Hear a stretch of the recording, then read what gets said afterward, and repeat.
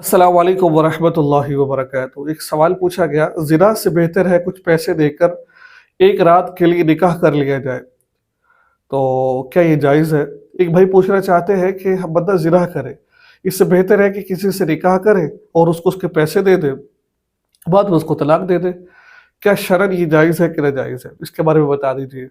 नाज़रीन, आप Facebook page पर देख रहे हैं तो फॉलो कर आगे शेयर ज़रूर कर दीजिएगा। बहुत है मसला है, और अगर चैनल यूट्यूब चैनल पर देख रहे हैं तो उसको सब्सक्राइब कर दीजिएगा, क्योंकि ये मसाइल बहुत ज़्यादा अहम होते हैं और इनका समझना सीखना बहुत ज़रूरी है, क्योंकि माशरे के अंदर हर तरफ सेक्स चल रहा है, हर तरफ सेक्स है। तो इनसे बचने के लिए, इसको रोकने के लिए ये बातें ज़रूरी होती हैं।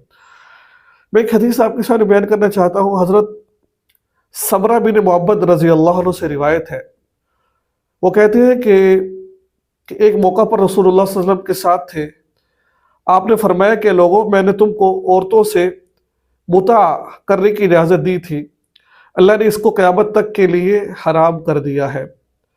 लिहाजा जिसके पास मुता करने वालियों में से कोई औरत हो, वो इसको छोड़ दे, और जो कुछ माल इनको दिया है इनमें से कुछ भी ना ले।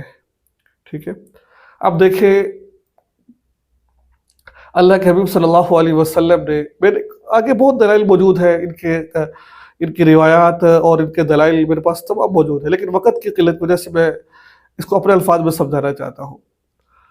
तो देखिए, ये निकाह मुता होता है, निकाह मौक़त होता है। निकाह मौक़त क्या होता है भाई?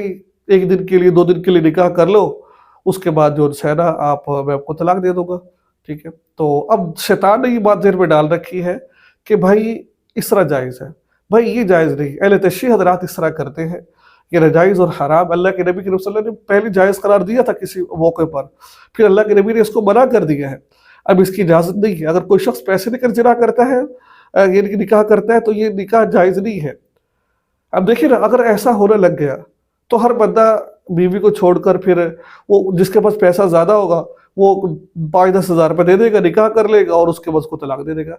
ये निकाह की बेहुरमती है, ये निकाह का मज़ाक है। ये कुछ वक़्त के लिए निकाह किससे कहते हैं? जब निकाह करने की नीयत ये हो कि मैं अपनी ज़रूरियात बीवी से पूरी करूँगा, बीवी मुझसे पूरी करेगी, और हमेशा के लिए हम जब तक ज़िंदगी इकट्ठे रहेंगे, ये नीयत होनी चाहिए। हाँ, अलग बात है बाद में तलाक हो जाए, बाद में निभा ना हो, ये अलग मसला है, लेकिन निकाह करते वक़्त नीयत होनी चाहिए कि हम इकट्ठे रहना है। अगर निकाह करनी नीयत है कभी 1 दिन बाद छोड़ देना, 2 दिन बाद छोड़ देना, तो ये जायज़ नहीं है। इसको निकाह मुता कहा जाता है, ये हराम है शरीयत के अंदर ये।